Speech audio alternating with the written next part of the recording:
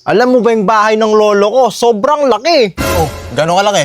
Pumasok ako doon, umaga pa lang. Nakalabas ako doon, gabi na. Ganun kalaki yung bahay ng lolo ko. Sus! Nagkandaligaw-ligaw pa ako doon Gumamit pa ako ng mapa para lang makalabas. Yan liit pala ng bahay ng lolo mo eh. Tch, bakit? Gano'n ba kalaki bahay ng lolo mo? Yung bahay ng lolo ko sobrang laki. Pumasok siya 2015. Hanggang ngayon, di pa rin siya nakakalabas. Weh, yung lolo mo 2015 pumasok sa bahay. 2026 na ngayon, di pa nakakalabas. Oo! Saan ba nakatira yung lolo mo? Sa bilibid. Wala yung lola mo sa lola ko. Bakit? Yung lola ko, 95 years old na. Malakas pa. Tumatambling pa ng 10 beses bago matulog. Sa sobrang lakas nun, umakyat pa yun ng 7 bundok para lang bumili ng salon pass. Mahina pala yung lola mo eh. Ha? Bakit? Yung lola ko, sobrang lakas. 95 years old. Ayun, nasa hospital ngayon.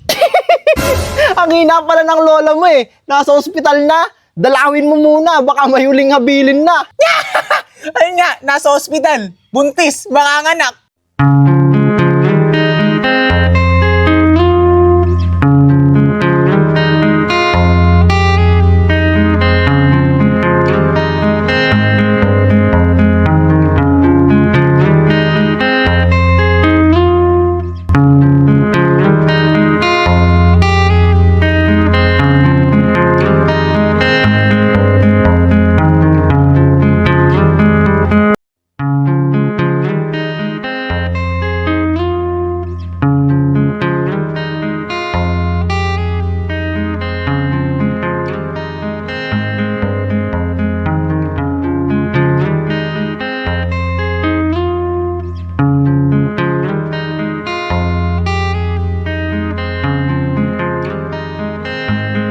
May tanong ako sa'yo Yung baka, para saan? Siyempre, yung baka, ginagatasan yan.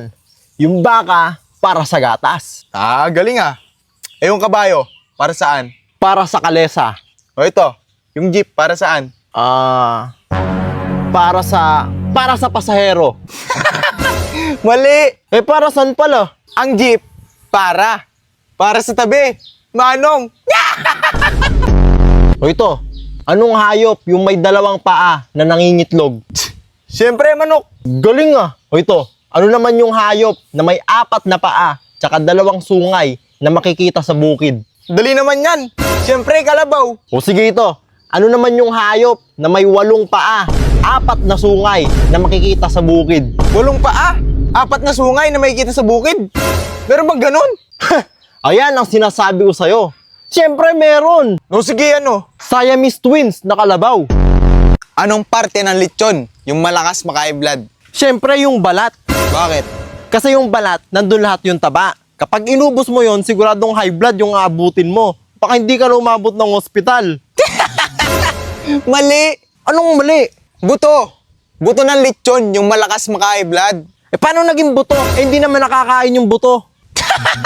Ayun na nga hindi mo makakain yung buto.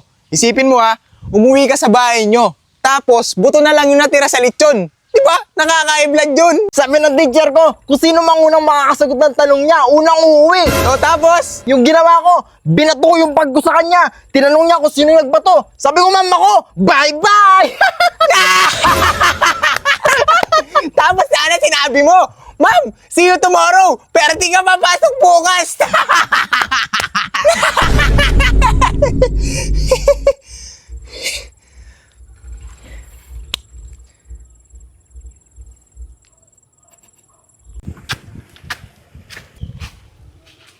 Boss, pwede bang magtanong? Oh, nagtanong ka na.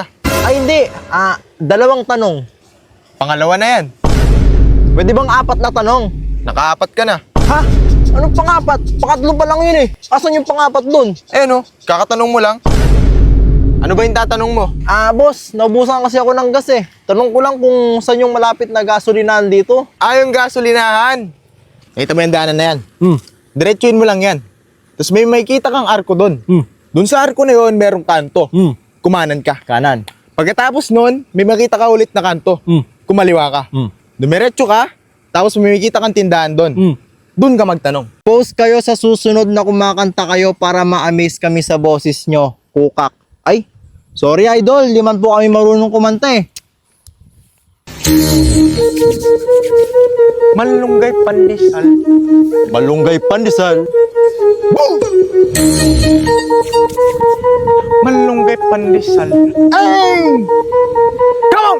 Tinapay para almusal. Malunggay pandesal. Pandesal! Walang halong na chemical. Hey! Isa sinto. Nami kayo. Busog kayo. Yo, yo, yo, yo, yo, yo, yo.